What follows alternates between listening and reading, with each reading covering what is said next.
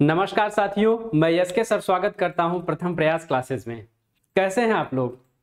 एक जो क्षणिक अंतराल आया था उसके बाद हम अपनी क्लास को लेकर पुनः उपस्थित हुए हैं। बड़ी शानदार जो प्रश्नोत्तरी हमारी चल रही थी, प्रश्नमाला की आज हम लोग देख रहे हैं। यह 29वीं कड़ी है, ठीक है। प्रश्नमाला की हम लोगों की 29वीं कड़ी है और अब तक जितने भी प्रश्न आपको बताए गए हैं, जितने भी प्रश्न हल कराए गए हैं, वो प्रश्न नहीं है बल्कि आपके लिए बड़े ही मूल्यवान क्षण हैं। उसको आप लोग संजो कर रखेंगे अपने मन में, अपने मस्तिष्क में, ताकि वो आपके काम आए एग्जाम हॉल में जब आप प्रश्न हल कर रहे हों। एक बात और कहना चाहता हूं कि शिथिलता आप लोग बिल्कुल न बरतें। एग्जाम की कोई भी डेट अभी निर्धारित नहीं है और जिसे आप अफवाह मान रहे हैं, जो साथी उसे हकीकत भी मान रहे हो, नवंबर में परीक्षा हो, दिसंबर में परीक्षा हो, कोई बात नहीं, चाहे जब परीक्षा हो, हमें अपनी तैयारी जारी रखनी है, ठीक है। तो जो यह सूक्ष्म अंतराल था, उसके बाद अब क्लासेस आपकी रेगुलर चलेंगी। कुछ व्यक्तिगत कारण थे जिनके लिए जो है क्लास नहीं हो पा रही थी, और जो लोग टेलीग्राम चैनल से नहीं जुड़े हैं वह कृपया फिर से टेलीग्राम चैनल से जुड़ जाएं। किसी किसी वीडियो में टेलीग्राम चैनल से जुड़ते समय कोई समस्या आ रही है, त्रुटि हो रही है, तो किसी अन्य वीडियो पे जाके आप जुड़ सकते हैं। सारे वीडियोस के नीचे डिस्क्रिप्शन में जो है टेलीग्राम का लिंक दिया हुआ है। इसी के साथ साथियों, हम अपनी प्रश्नमाला की इस कड़ी की शुरुआत करते हैं। पहला प्रश्न आज हम लोग देखते हैं और एक बड़ा ही शानदार प्रश्न है कि अपनी वापसी कहानी किसकी है, या फिर लिखा हुआ है अपनी वापसी किसकी कहानी है, एक ही बात है। तो आपके सामने चार विकल्प हैं: चंद्रकांता, उषा प्रियंवदा, नासिरा शर्मा और चित्रा मुदगल। इससे पहले आप लोग उत्तर दें, इस प्रश्न को मैं इंपॉर्टेंट कर देना चाहता हूं कि अपनी वापसी किसकी कहानी है। अब आपको बताना है कि अपनी वापसी किसकी कहानी है: चंद्रकांता, उषा प्रियंवदा, नासिरा शर्मा या फिर चित्रा मुदगल। ठीक है साथियों, आप लोग प्रश्नों का उत्तर या इस प्रश्न का उत्तर दे चुके होंगे। इसका सही उत्तर होगा चित्रा मुदगल। क्या उत्तर होगा इसका सही? चित्रा मुदगल। चित्रा मुदगल ने साथियों लिखा अपनी वापसी, और यह कौन सी विधा है? कहानी है। अब एक एक विकल्प को देखते हैं, और विकल्प बहुत ही व्यवस्थित तरीके से बनाए गए हैं। चंद्रकांता ने क्या लिखा? चंद्रकांता ने लिखा है पोसनूल की वापसी। क्या? पोसनूल की वापसी है। उषा प्रियंवदा ने क्या लिखा? उषा प्रियंवदा ने लिखा वापसी। वापसी, और इसका सन है 1960। किस सन में लिखा? 1960 में लिखा। नासिरा शर्मा ने क्या लिखा? खुदा की वापसी। क्या लिखा? खुदा की वापसी। तो यहां पे देखिए, ये जो चारों विधाएं हैं, ये चारों विधाएं क्या हैं? कहानियां हैं, ठीक है। और इसमें भी सबसे महत्वपूर्ण जो है वह क्या है? वापसी है। तो आपसे पूछा जाए कि खुदा की वापसी किसकी कहानी है, तो आप बेझिझक बताएंगे नासिरा शर्मा। वापसी किसकी कहानी है, तो आप बताएंगे उषा प्रियंवदा। चंद्रकांता ने कौन सी कहानी लिखा? पोसनूल की वापसी। और अपनी वापसी कहानी किसकी है? तो चित्रा मुदगल। ठीक है, तो वापसी से संबंधित रचनाओं को मैंने एक जगह समेटने की कोशिश की है। एक और प्रश्न देखते हैं कि बारात की वापसी। बारात की वापसी, अब आपको बताना है कि बारात की वापसी किसकी रचना है। बारात की वापसी किसकी रचना है? तो ध्यान दीजिएगा, यह निबंध है।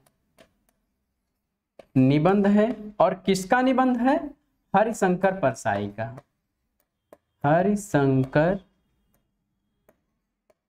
परसाई जी का है। तो यह हरिशंकर परसाई जी का निबंध है और बड़ा ही महत्वपूर्ण हो गया है। ठीक, आगे बढ़ते हैं हम लोग। अगला प्रश्न देखते हैं कि इनमें से किस हिंदी आलोचक ने साधारणीकरण की व्याख्या की है। अब आपसे पूछा जा रहा है कि इन जो 4 विकल्प दिए गए हैं इसमें से साधारणीकरण की व्याख्या किसने की है? डॉक्टर नगेंद्र, डॉक्टर नंद दुलारे वाजपेयी, हजारी प्रसाद द्विवेदी या फिर नामवर सिंह। 4 विकल्प दिए गए हैं और पूछा जा रहा है कि साधारणीकरण की व्याख्या किसने की है? नगेंद्र ने की है, नंद दुलारे वाजपेयी ने की है, हजारी प्रसाद द्विवेदी ने की है, नामवर सिंह ने की है। तो इसका सही जवाब क्या होगा? तो इसका सही जवाब होगा नगेंद्र। नगेंद्र ने साधारणीकरण की व्याख्या की है और उन्होंने क्या कहा है? साधारणीकरण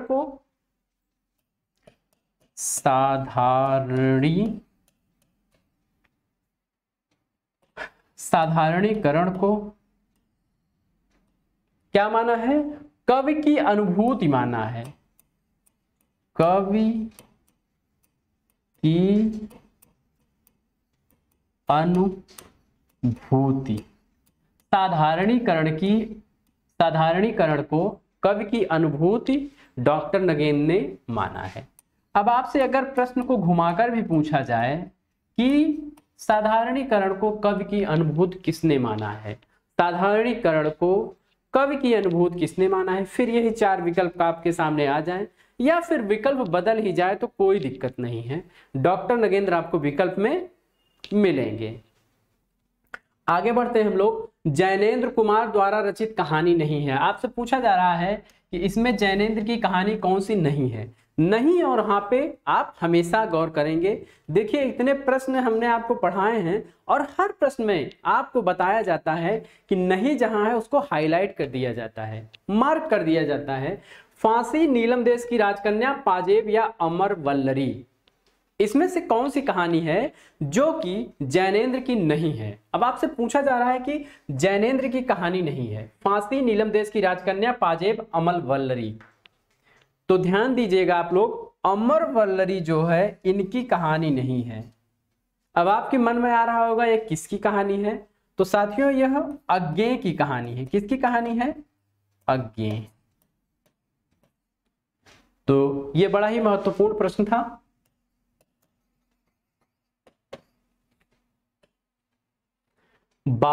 यादों की बारात किसकी आत्मकथा है? आत्मकथा आपसे पूछा जा रहा है कि यादों की बारात किसकी आत्मकथा है?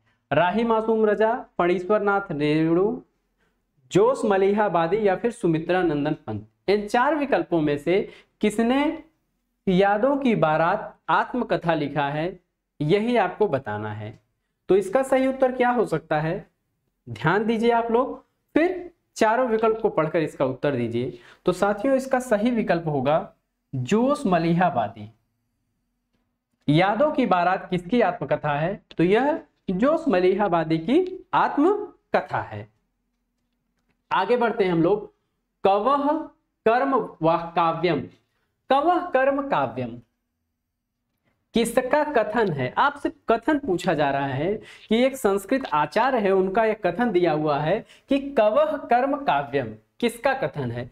कुंतक, क्षेमेंद्र, अभिनव गुप्त और भट्टनायक। कुंतक, क्षेमेंद्र, अभिनव गुप्त या फिर भट्टनायक। 4 विकल्प दिए गए हैं और शुरू से लेकर आप लोग अंत तक क्लास से जुड़े रहिएगा। आज बड़ी ही महत्वपूर्ण क्लास होने वाली है। जो क्षणिक विलंब हुआ था उसी के दौरान एक अच्छी क्लास आप लोगों के सामने मैं लेकर आया हूं और हर प्रश्न इसका महत्वपूर्ण होगा। तो कवह कर्म काव्यम किसका है, यानी किसका कथन है, आपको बताना है। तो इसका सही उत्तर होगा कुंतक। क्या उत्तर होगा इसका सही? तो इसका सही उत्तर क्या है? कुंतक। अब देखते हैं इसका अर्थ क्या होता है। कवि का कर्म, कवि का कर्म ही काव्य है।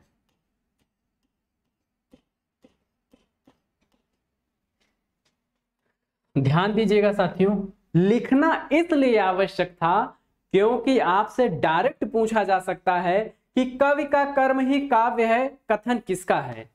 प्रश्न को आपसे सामने घुमाया जा सकता है कि कवि का कर्म ही काव्य है, यह कथन किसका है, और फिर से आपके सामने ऐसे ही 4 विकल्प बनाएंगे आएंगे।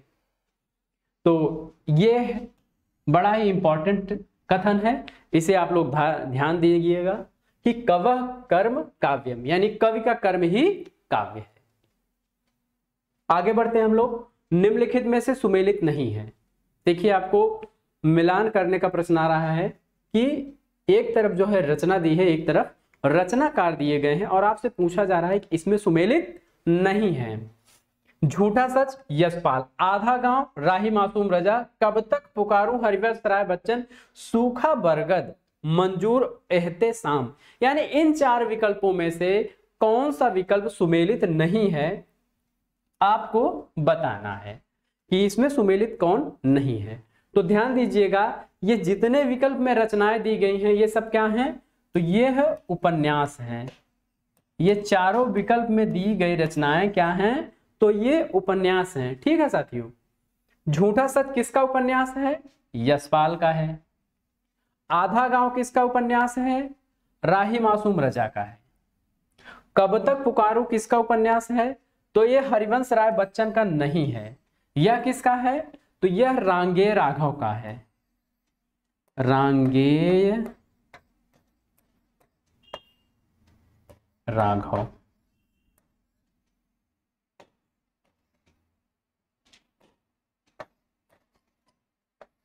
ठीक है।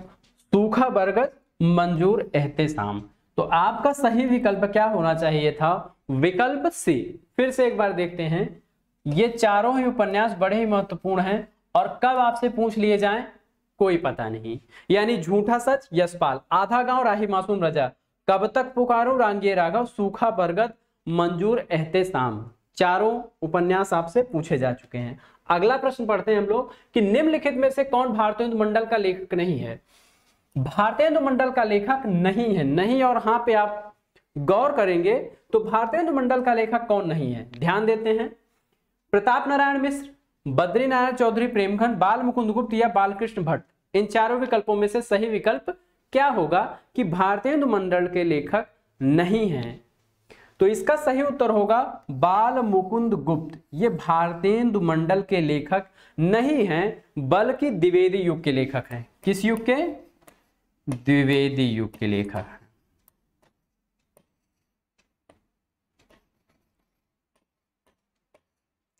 आपको पढ़ाते समय जब किसी रचना के बारे में कुछ बता दिया जाए या फिर यह बता दिया जाए कि यह रचना फला सन में है, उसका सन बता दिया जाए, तो समझ जाइए कि वह रचना कितनी इंपॉर्टेंट है, उसका सन भी बहुत ही इंपॉर्टेंट है। तो ये सारी छोटी छोटी चीज आप लोग ध्यान दिया करिए। तटस्थ का विलोम है, तटस्थ, तटस्थ का विलोम आपसे पूछा जा रहा है।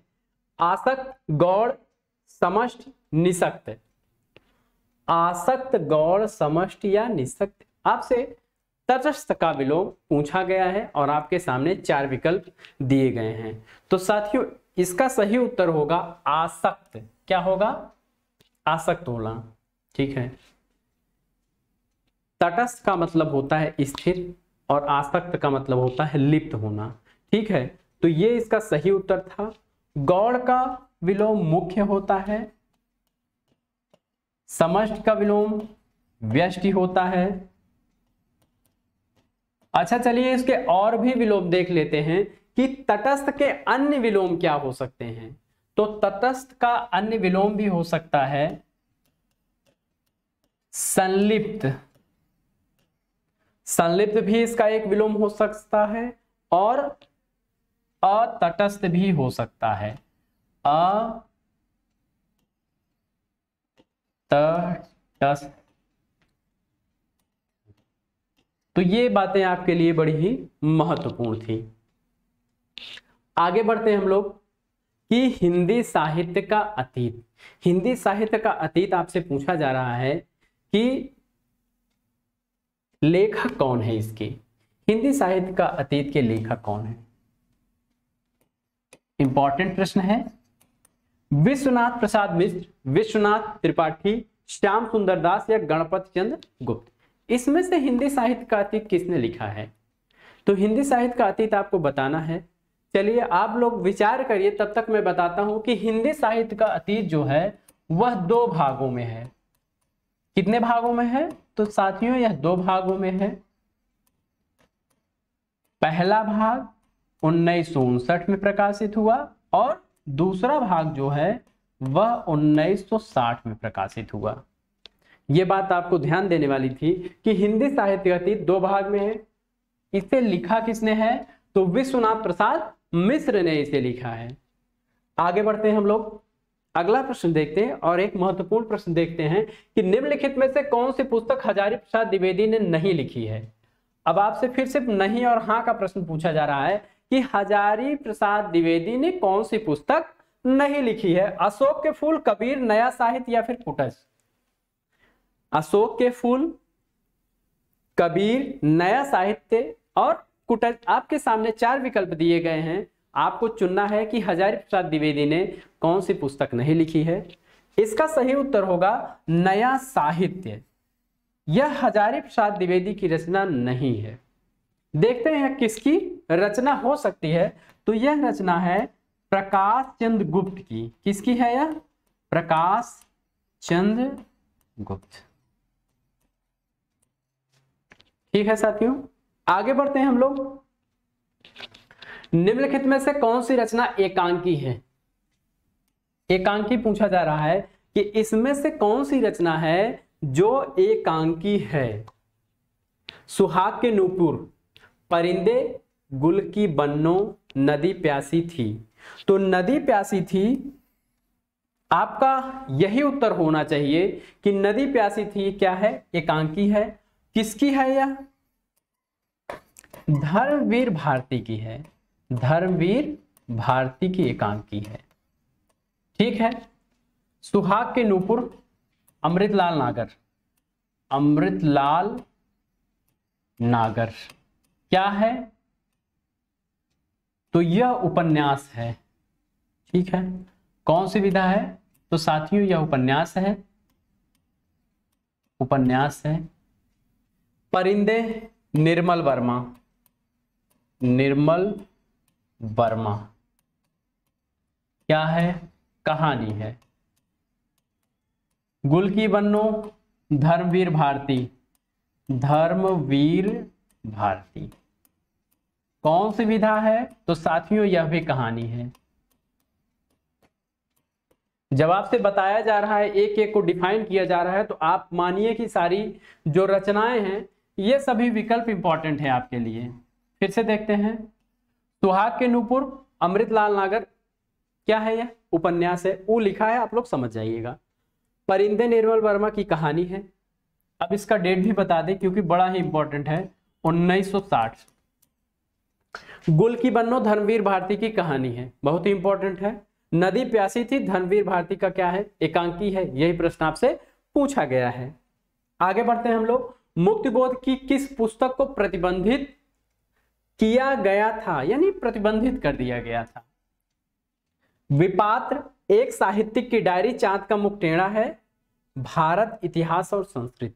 आपके सामने 4 विकल्प दिए गए हैं और आपसे पूछा जा रहा है कि इनमें से कौन सी रचना है मुक्तिबोध की जो कि प्रतिबंधित कर दी गई थी।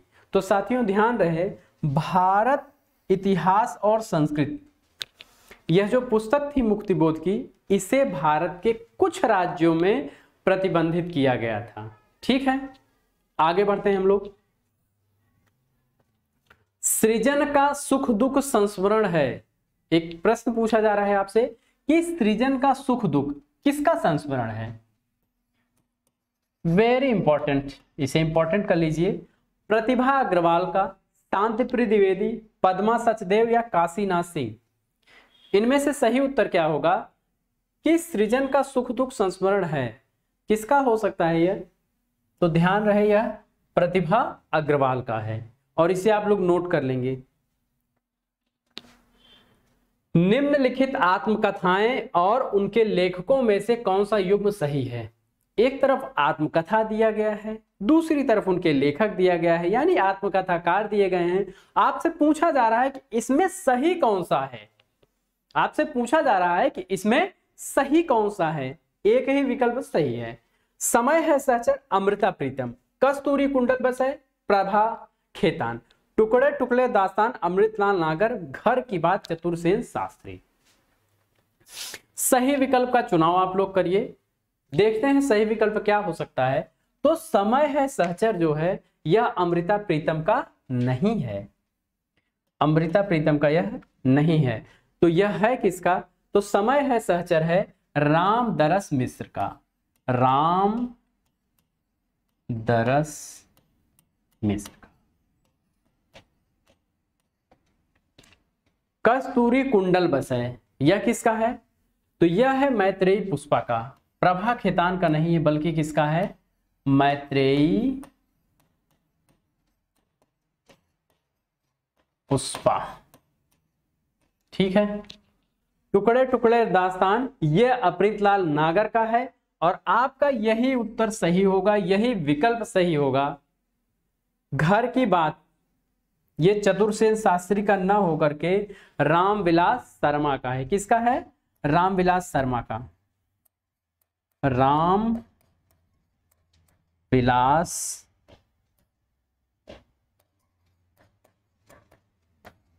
शर्मा।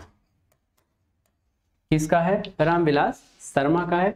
और चारों ही विकल्प बड़े ही महत्वपूर्ण थे कि समय है सहचर रामदरस मिश्र का है, कस्तूरी कुंडल बस है मैत्री पुष्पा का है, एक और है इनका गुड़िया भीतर गुड़िया। ठीक। टुकड़े टुकड़े दास्तान अमृतलाल नागर, घर की बात रामविलास शर्मा। आगे बढ़ते हैं। अमरकांत प्रेमचंद के किस उपन्यास का पात्र है? देखिए आपसे पात्र भी पूछा जा सकता है कि अमरकांत प्रेमचंद के किस उपन्यास का पात्र है।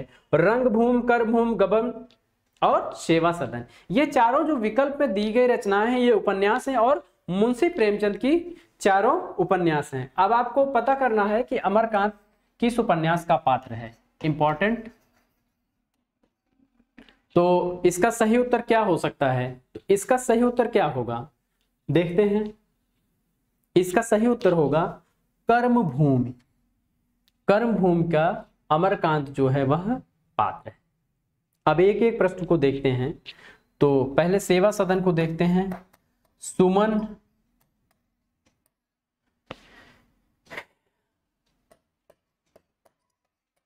गजाधर कृष्णचंद्र,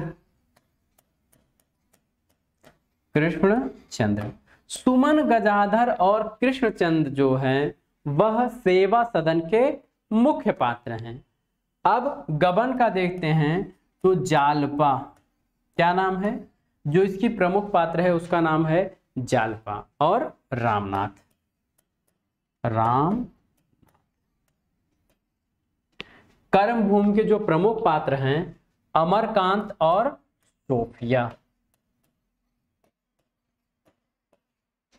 यहां पे तो पात्र बहुत हैं, उपन्यास का जो विन्यास होता है वह काफी बड़ा होता है, लेकिन यहां मुख्य पात्रों की मैं चर्चा कर रहा हूं।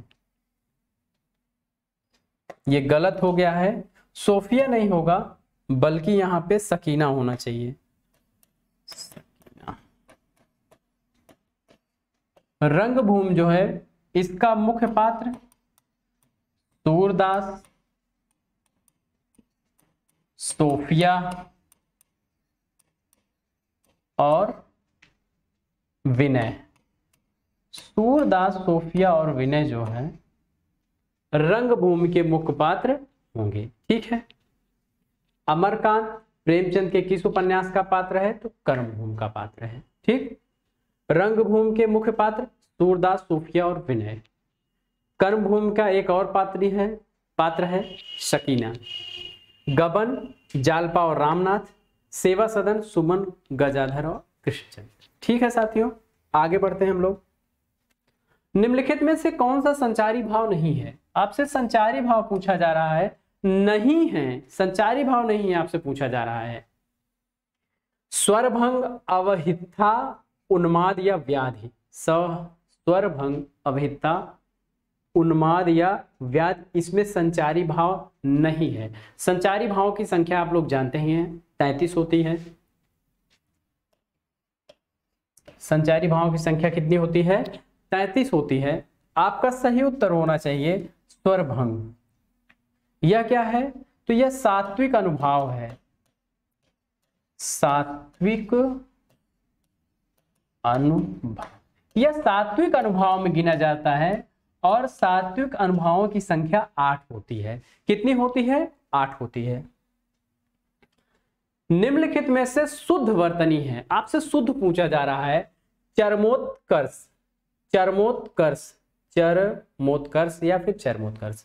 आप विकल्प को ध्यान से देखिए और अपने सही उत्तर का चुनाव करिए कि इन चारों में से शुद्ध वर्तनी किसकी है। आपसे शुद्ध वर्तनी पूछी जा रही है, तो इसका सही उत्तर होगा चरमोत्कर्ष। क्या उत्तर होगा इसका सही? चरमोत्कर्ष।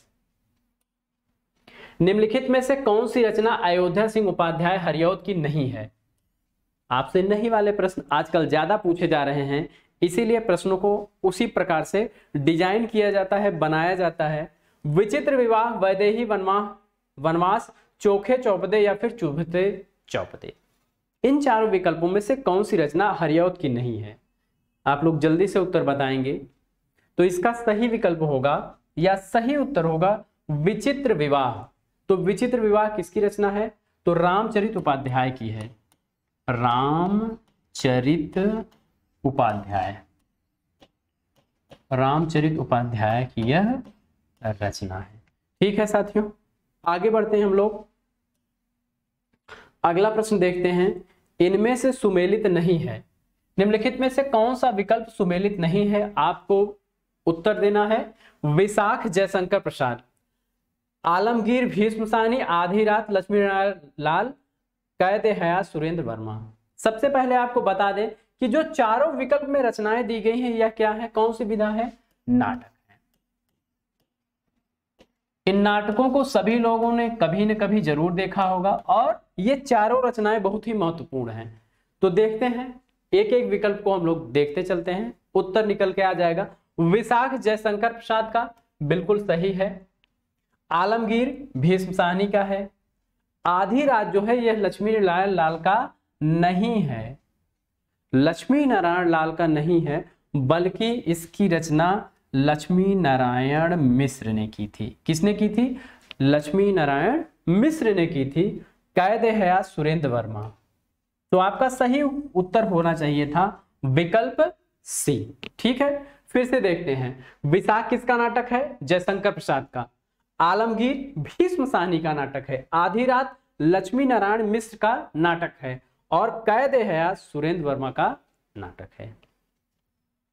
अगला प्रश्न देखते हैं हम लोग कि हिंदी में नारी विश्लेषणात्मक चित्रण करने वाले कथाकार कौन हैं? यशपाल, जैनेन्द्र, पांडे, बेचन शर्मा उग्र या फिर विष्णु प्रभाकर। इसमें सही विकल्प क्या होगा? देखते हैं कि नारी विश्लेषणात्मक चित्रण करने वाले कथाकार कौन हैं। तो इसका सही उत्तर होगा साथियों जैनेन्द्र। क्या होगा इसका सही उत्तर? तो इसका सही उत्तर होगा जैनेन्द्र। रीतिकालीन कवि बिहारी की कविता को शक्कर की रोटी किसने कहा था? यानी बिहारी की जो कविता है उसमें जो मिठास है उसको शक्कर की रोटी किसने कहा? यही आपसे पूछा जा रहा है। विश्वनाथ प्रसाद मिश्र, पदम सिंह शर्मा, नगेंद्र या फिर महावीर प्रसाद द्विवेदी। बहुत सारे साथी इस प्रश्न से परिचित होंगे और बड़ा ही सरल लग रहा होगा, लेकिन विश्वास मानिए यह प्रश्न जो है एग्जाम में आने वाला है। तो इसका सही उत्तर क्या होगा? इसका सही उत्तर होगा पदम सिंह शर्मा। क्या होगा? पदम सिंह शर्मा इसका सही उत्तर होगा। अगला प्रश्न देखते हैं कि साफ इनकार करना का अर्थ अभिव्यक्ति के लिए मुहावरा है। मतलब इसका अर्थ कौन सा मुहावरा जो है अभिव्यक्त कर रहा है? साफ इनकार करना, मुंह ताकना, मुट्ठी में होना, मिट्टी खराब करना या फिर टका सा जवाब देना। आपके सामने 4 विकल्प हैं इसका उत्तर देने के लिए। साफ इनकार करना का अर्थ कौन सा मुहावरा दे रहा है? इसका सही उत्तर होगा टका सा जवाब देना। क्या उत्तर होगा? टका सा जवाब देना। अगला प्रश्न है कि पंडित जवाहरलाल नेहरू और ब्रह्मावर्त के पृथु के बीच विलक्षण साम्य किस नाटक में है? पृथु के बीच विलक्षण साम्य किस नाटक में है? कोणार्क, शारदीय, भारत दुर्दशा, पहला राजा। आपके सामने 4 विकल्प दिए गए हैं और आपसे पूछा जा रहा है कि जवाहरलाल नेहरू और ब्रह्मावर्त के पृथु के बीच विलक्षण साम्य किस नाटक में है? तो इसका सही उत्तर होगा साथियों पहला राजा। और ध्यान दीजिएगा कि ये 3 नाटक जो हैं कोणार्क, शारदीय और पहला राजा किसके हैं? जगदीश चंद्र माथुर के हैं। जगदीश चंद्र माथुर। अब आपसे यही प्रश्न सीधे सीधे पूछा जा सकता है कि पृथु निम्नलिखित में से किस नाटक का पात्र पृथु है? ऐसे भी आपसे विकल्प बनाया जा सकता है कि पृथु निम्नलिखित में से किस नाटक का पात्र है। दरअसल जवाहरलाल नेहरू जो है भारत के प्रथम प्रधानमंत्री हैं और इनके प्रधानमंत्री बनने के बाद जो इनके सामने समस्याएं आती हैं, ठीक है, कि भारत को डेवलप करने के लिए या आजादी के बाद जो भी इनके सामने लगभग उसी प्रकार की समस्याएं जगदीश चंद्र माथुर के पहला नाटक यानी पहला राजा जो नाटक है और उसका जो नायक पृथु है, लगभग उसकी समस्याएं भी वही है। ठीक है, तो यही साम्य जो है इस नाटक में दिखाया गया है, इसीलिए इसका नाम पहला राजा रखा गया है। आगे बढ़ते हैं और ध्यान दीजिएगा कोणार्क, शारदीय और पहला ये तीनों ही जगदीश चंद्र माथुर के हैं। भारत दुर्दशा की बात करें तो सभी लोग जानते हैं कि यह भारतेंदु हरिश्चंद्र का है। आगे बढ़ते हैं हम लोग कि बेकन विचार रत्नावली, वेरी इंपॉर्टेंट कि बेकन विचार रत्नावली किसके द्वारा अनुदित है? यह रचना किसके द्वारा अनुदित है पूछा जा रहा है। महावीर प्रसाद द्विवेदी, गंगा प्रसाद अग्निहोत्री, रामचंद्र शुक्ल या फिर श्याम सुंदर दास, इसमें से किसने इसकी रचना की है? तो इसका सही उत्तर क्या होगा साथियों? तो इसका सही उत्तर होगा महावीर प्रसाद द्विवेदी। इन्होंने लॉर्ड बेकन के निबंधों का अनुवाद किया था। क्या किया था? लॉर्ड बेकन के निबंधों का अनुवाद, निबंधों का अनुवाद।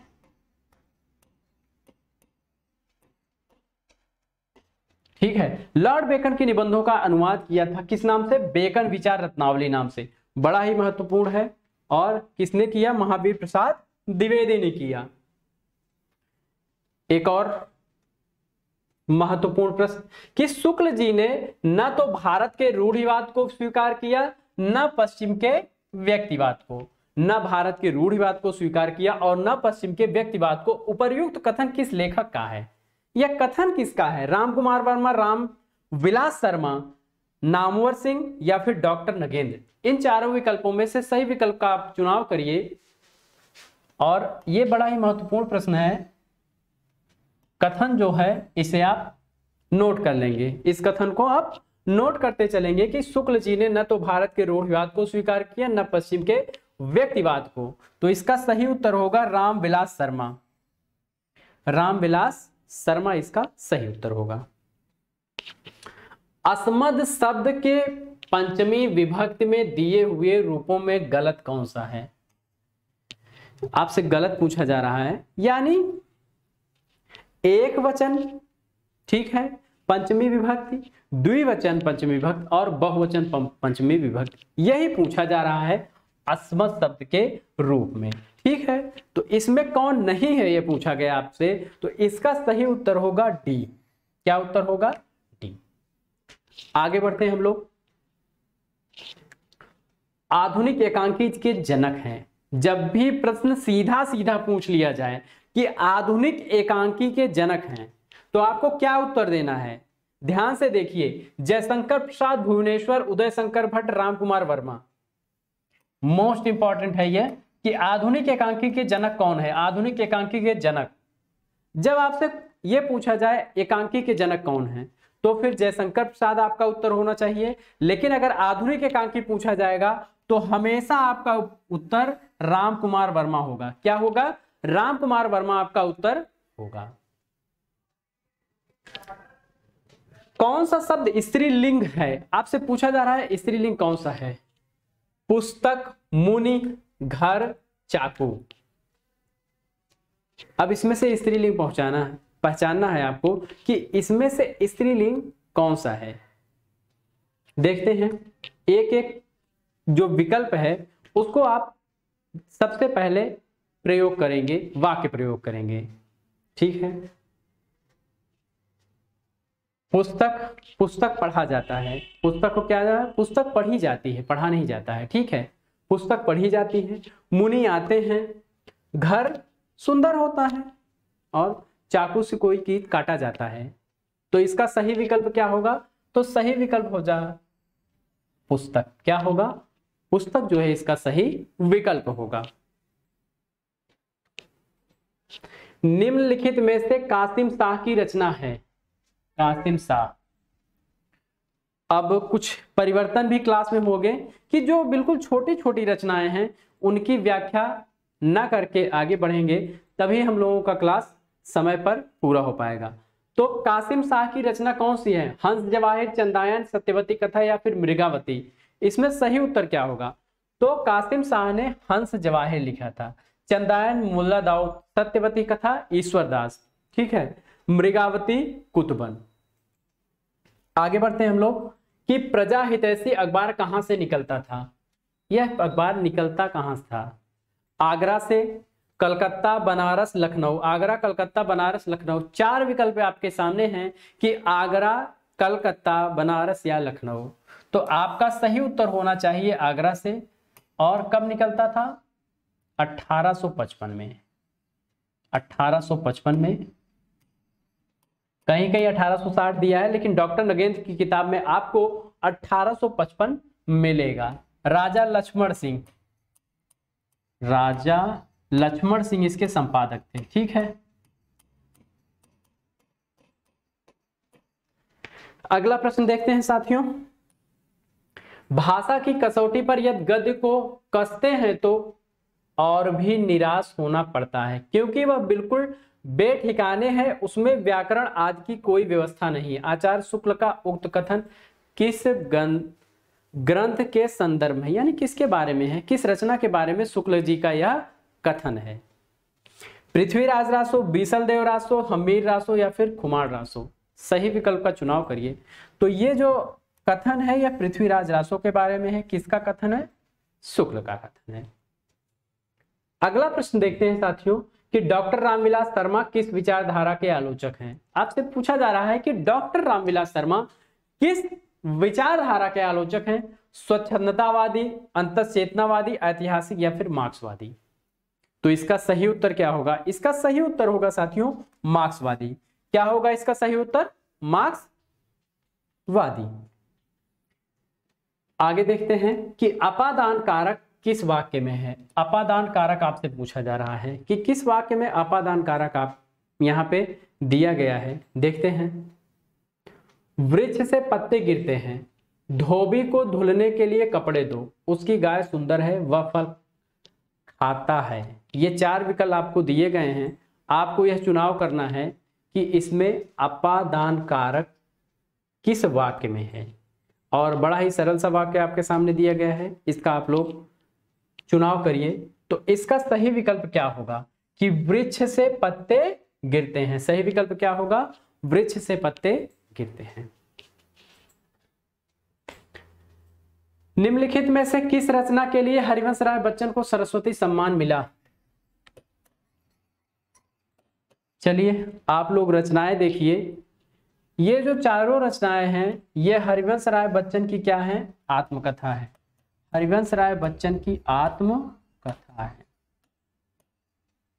क्या भूलूं क्या याद करूं, नीड़ का निर्माण, फिर 10 द्वार से सोपान तक, बसेरे से दूर। तो इसका सही विकल्प क्या होगा, तो इसका सही विकल्प होगा 10 द्वार से सोपान तक। और कब मिला सरस्वती सम्मान, तो 1991 में इनको इसी रचना के लिए सरस्वती सम्मान दिया गया था। इनमें से एक लहर का पर्यायवाची नहीं है। लहर का पर्यायवाची नहीं है, नहीं आपसे पूछा जा रहा है। बीच, दुकूल, तरंग, हिलोर।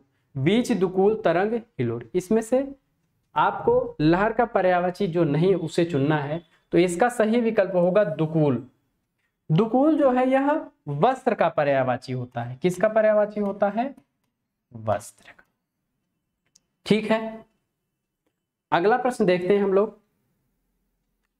भक्ति आंदोलन को लोक जागरण किसने कहा? अब लोक जागरण किसने कहा है भक्ति आंदोलन को, यही आपको बताना है कि लोक जागरण किसने कहा। नगेंद्र ने, राहुल सांकृत्यायन ने, रामविलास शर्मा ने, हजारी प्रसाद द्विवेदी ने। इन चारों विकल्पों में भक्ति आंदोलन को लोक जागरण किसने कहा? तो सही उत्तर इसका होगा साथियों हजारी प्रसाद द्विवेदी। क्या होगा इसका सही उत्तर? हजारी प्रसाद द्विवेदी ने लोक जागरण कहा था। अगला प्रश्न है, किस वाक्यांश के लिए सही शब्द लिखा गया है? इनमें से कौन सा वाक्यांश है जिसके लिए सही शब्द लिखा गया है, यही आपको बताना है। देखते हैं। जिसको पूर्व जन्म की बातें याद हैं, जाति स्मरक, जिसका यौवन छत नहीं हुआ है। ठीक है।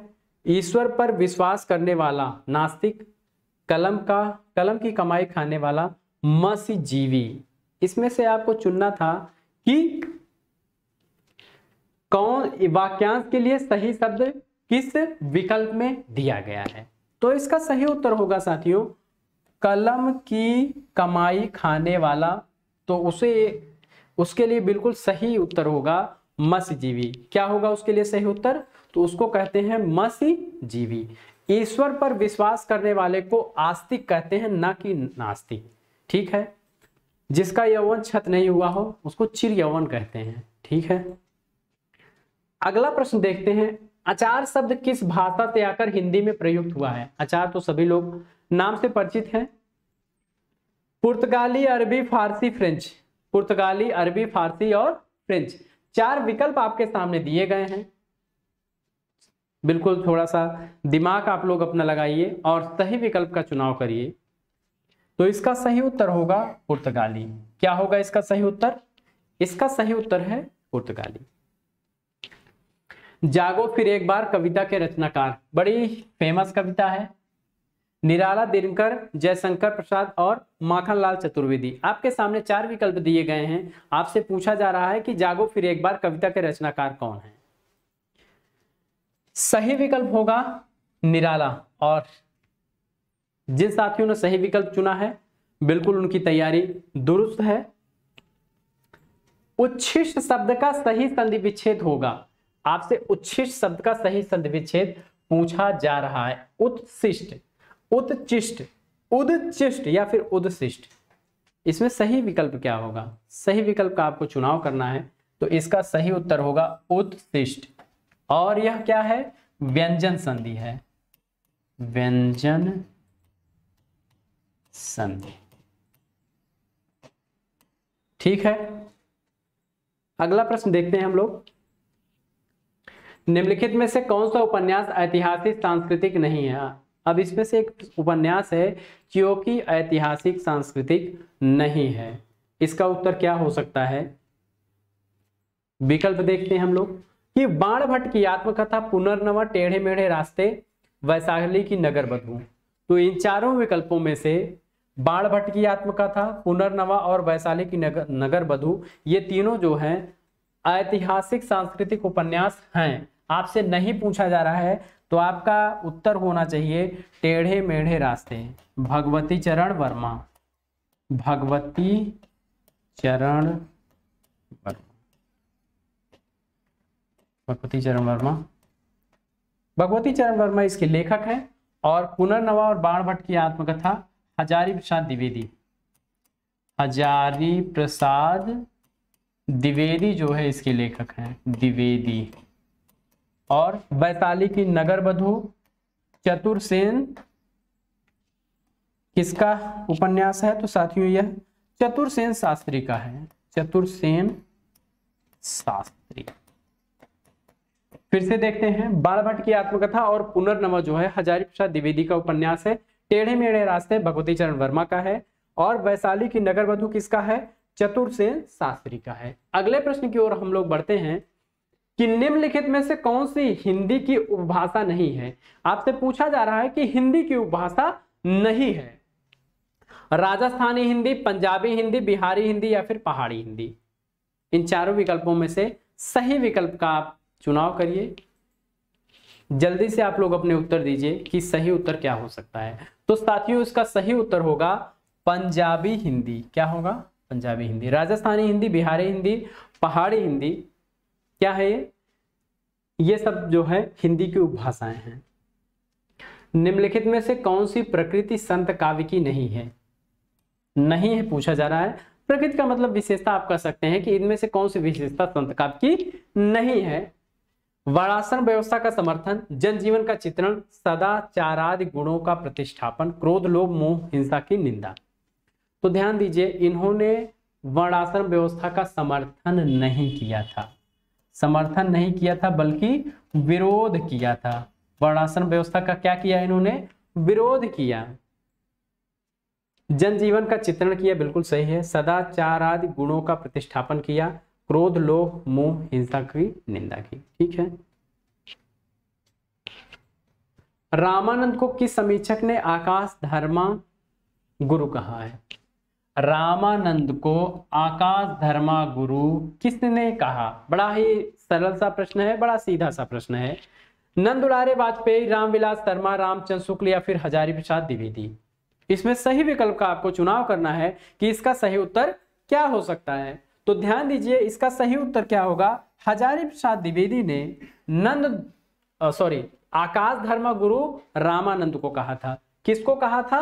रामानंद को। अगला प्रश्न देखते हैं हम लोग। धर्म की रसात्मक अनुभूति का नाम भक्ति है। धर्म की रसात्मक अनुभूति का नाम भक्ति है। उपर्युक्त कथन रामचंद्र शुक्ल के किस निबंध का अंश है? अब आपसे पूछा जा रहा है कि किस निबंध से यह उद्धृत है? श्रद्धा और भक्ति, मानस की धर्मभूमि, लोभ और प्रीति। लोभ और प्रीति कविता क्या है? ये चारों ही जो निबंध है ये चारों रामचंद्र शुक्ल के निबंध है। और आपका सही उत्तर क्या होगा? मानस की धर्मभूमि। आपका सही उत्तर क्या होगा? मानस की धर्मभूमि। एक और प्रश्न देखते हैं। श्रीनिवास द्वारा रचित नाटक, श्रीनिवास द्वारा रचित नाटक नहीं है। एक अतिरिक्त नाटक आ गया था। रणधीर प्रेम मोहिनी, संयुक्ता स्वयंवर, कलि कौतुक रूपक या फिर ताप्ता संवरण। इसमें सही उत्तर आपको चुनना है कि सही उत्तर क्या हो सकता है। श्रीनिवास द्वारा रचित नाटक नहीं, यानी श्रीनिवास लाला श्रीनिवास दास का नाटक नहीं है। तो इसका सही उत्तर होगा कलि कौतुक रूपक। क्या होगा? कलि कौतुक रूपक किसका है? प्रताप नारायण मिश्र। प्रताप नारायण मिश्र। साथियों आगे बढ़ते हैं हम लोग कि दुख की पिछली रजनी बीच विकसता सुख का नवल प्रभात, यह काव्य पंक्ति किस कृत की है? अब आपसे पूछा जा रहा है कि यह पंक्तियां, काव्य पंक्तियां किस कृत की हैं? चांद का मुख टेढ़ा है, साकेत, कामायनी, यामा। चार विकल्प दिए गए हैं आपके सामने। चांद का मुख टेढ़ा है, साकेत, कामायनी और यामा। अब आपको सही उत्तर चुनना है कि आपका सही उत्तर क्या हो सकता है। तो ध्यान दीजिएगा साथियों, इसका सही उत्तर होगा कामायनी। कामायनी किसकी रचना है? प्रसाद की रचना है। चांद का मुख टेढ़ा है, मुक्तिबोध की रचना है। साकेत मैथिली शरण गुप्त, किसकी रचना है? मैथिली शरण गुप्त की। कामायनी मैंने बता दिया जयशंकर प्रसाद की। यामा जो है महादेवी वर्मा की रचना है। ठीक है, आगे बढ़ते हैं कि श्रृंगार लतिका के रचयिता कौन है? द्विजदेव, चिंतामणि देव, रत्नाकर। द्विजदेव, चिंतामणि देव, रत्नाकर। इन चारों विकल्पों में से आपको चुनना है कि श्रृंगार लतिका के रचयिता कौन है। देखते हैं हम लोग साथियों। तो इसका सही उत्तर होगा द्विजदेव। क्या होगा इसका सही उत्तर? तो इसका सही उत्तर होगा द्विजदेव। अगला प्रश्न देखते हैं हम लोग। माघे संति त्रयो गुणा के अनुसार माघ कवि में समाहित तीनों गुण क्रमशः किन तीन कवियों में हैं? तो देखते हैं कि माघ में जो तीन गुण थे वो इन तीनों में से किस में है? कालिदास भारवी दंडी, कालिदास श्रीहर्ष दंडी, कालिदास भास दंडी या फिर भारवी भास कालिदास। इसका सही उत्तर आप लोग बताइए कि इसका सही उत्तर क्या होगा। तो इसका सही उत्तर होगा कालिदास भारवी दंडी। और इनमें कौन कौन से गुण थे? अब इसका उत्तर आप लोग कमेंट करके दीजिएगा कि कालिदास भारवी दंडी क्या विशेषता थी, कौन सी गुण थी। और उन वो तीनों गुण जो है माघ में एक साथ समाहित थे। ठीक, एक श्लोक भी है उस पर, उसे आप लोग जरूर कमेंट में लिखिएगा। किस भाषा में उपन्यास को कादम्बरी कहते हैं? कादम्बरी कहते हैं भाई, किस भाषा में कहते हैं? उपन्यास को कादम्बरी किस में कहते हैं? संस्कृत, तमिल, गुजराती, मराठी। संस्कृत, तमिल, गुजराती और मराठी, 4 विकल्प आपके सामने हैं। इसमें से सही उत्तर क्या होगा? तो इसका सही उत्तर होगा मराठी। क्या उत्तर होगा सही? मराठी होगा। और गुजराती में इसे नवल कथा कहते हैं, नवल कथा। गुजराती में नवल कथा कहते हैं और कादम्बरी जो है मराठी में कहते हैं। समय की शिला पर काव्य संग्रह। समय की शिला पर काव्य संग्रह किसका है? लक्ष्मीकांत वर्मा, रामदरस मिश्र, शंभुनाथ सिंह या फिर ठाकुर प्रसाद सिंह। इन चारों विकल्पों में से आपको चुनना है विकल्प कि समय की शिला पर। सही विकल्प का चुनाव करिए। इसका सही विकल्प होगा शंभुनाथ सिंह। क्या होगा इसका सही विकल्प? शंभुनाथ सिंह इसका सही उत्तर होगा। अगला प्रश्न देखते हैं कि निम्नलिखित में से एक तद्भव शब्द है। एक तद्भव शब्द है। अटल, आतुर, अतिथि, अजीर। 4 विकल्प दिए गए हैं। पूछा जा रहा है कि तद्भव शब्द है, तो इसका सही उत्तर होगा अटल। क्या होगा? अटल जो है तद्भव शब्द है और इसका तत्सम क्या होगा? इसका तत्सम होगा स्थिर। अटल का तत्सम क्या होगा? तो इसका सही उत्तर होगा स्थिर। बंकिम चंद्र का प्रसिद्ध हिंदी उपन्यास कौन सा है? बड़ा सरल सा प्रश्न है कि बंकिम चंद्र का प्रसिद्ध हिंदी उपन्यास कौन सा है? दौड़, बीनू का सपना, कटरा बियारजू, आनंद मठ। बताइए इसका सही उत्तर क्या होगा? तो साथियों इसका सही उत्तर होगा आनंद मठ। क्या उत्तर होगा इसका सही? आनंद मठ। एक और महत्वपूर्ण बात बता दें कि आनंद मठ के प्रतिरोध में रांगे राघव ने एक उपन्यास लिखा है विषाद मठ। क्या लिखा? विषाद मठ। यानी जो 1943 में वहां पे अकाल पड़ा था उसी का उसमें वर्णन है और इन्होंने आनंद मठ लिखा है कि वहां आनंद ही आनंद है और उन्होंने वहां के विषाद और दुखमय जीवन का वर्णन रांगे राघव ने विषाद मठ में किया है। निम्नलिखित में से कौन सा रामानंद की शिष्य परंपरा में नहीं है? रामानंद की शिष्य परंपरा में नहीं है, यानी रामानंद का शिष्य नहीं।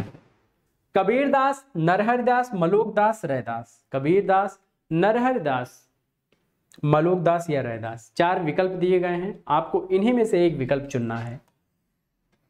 तो सी विकल्प जो है मलोकदास जो है इसका सही उत्तर होगा। अगला और महत्वपूर्ण प्रश्न देखते हैं। बड़ा कंफ्यूजन से भरा प्रश्न है कि नीचे दिए गए किस वाक्य में विशेषण का प्रयोग हुआ है? अब 4 वाक्य हैं, इसमें किस वाक्य में विशेषण का प्रयोग हुआ है? राम और श्याम भाई हैं। राम ने मां से पानी और खाना मांगा। मां ने खाने में दाल और रोटी परोसी। राम ने रोटी खाकर और रोटी मांगी। ठीक है, तो आपको इसमें से चुनना है कि इसमें किसमें विशेषण का प्रयोग हुआ है। ध्यान से पढ़िएगा, समय लीजिए और बताइए कि विशेषण का प्रयोग कहां पर हुआ है। इसका सही उत्तर होगा राम ने रोटी खाकर और रोटी मांगी। तो ये जो और शब्द है यही जो है यहाँ विशेषण का प्रयोग हो रहा है, यानी कि अधिक रोटी मांगी। ठीक है, अतिरिक्त रोटी मांगी, तो ये विशेषण का काम कर रहा है। अगला प्रश्न देखते हैं कि छायावाद तत्वतः प्रकृति के बीच जीवन का उद्गीत है। यह किसका कथन है? यानी छायावाद के बारे में यह कथन किसका है? महादेवी वर्मा, नंद दुलारे वाजपेयी, जयशंकर प्रसाद या फिर रामविलास शर्मा। इन चारों लेखकों में से किसने कहा कि छायावाद तत्वतः प्रकृति के बीच जीवन का उद्गीत है? तो इसका सही उत्तर क्या होगा साथियों? तो इसका सही उत्तर होगा महादेवी वर्मा। क्या होगा इसका सही उत्तर? इसका सही उत्तर होगा महादेवी वर्मा। ग्रंथ किसकी रचना है? ग्रंथ किसकी रचना है? निराला, महादेवी वर्मा, प्रसाद या सुमित्रा नंदन पंत। 4 विकल्प है, पूछा जा रहा है ग्रंथ किसकी रचना है? तो इसका सही उत्तर होगा सुमित्रानंदन पंत। सुमित्रानंदन पंत की जो है यह काव्य है। एक सरल सा प्रश्न है कि आरती कीजय हनुमान लला की के रचयिता कौन है। इसके रचयिता आपसे पूछा जा रहा है। जो यह आरती है, आप लोगों ने इसका जाप कई बार किया होगा, तो इसके रचयिता कौन है? नाभादास, तुलसीदास, रामानंद या फिर रामानुज। नाभादास, तुलसीदास, रामानंद या फिर रामानुज। सही उत्तर दीजिए।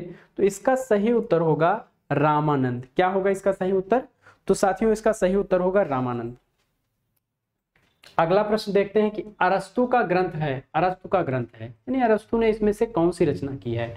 रिटोरिक, पेरिइप्सुस, इलियड, एपिनिका। ठीक है, तो इसका सही उत्तर चुनिए। आपको पता है पाश्चात्य काव्यशास्त्र से आपसे एक आध प्रश्न पूछ ही लिए जाते हैं। इसका सही उत्तर होगा रिटोरिक। क्या होगा इसका सही उत्तर? रिटोरिक सही उत्तर होगा। अब देखते हैं पेरिइप्सुस किसका है? लोंजाइनस। लोंजाइनस ने क्या लिखा? पेरिइप्सुस। ठीक है, बड़ा ही महत्वपूर्ण है यह। इलियड किसकी रचना है? यह होमर की रचना है।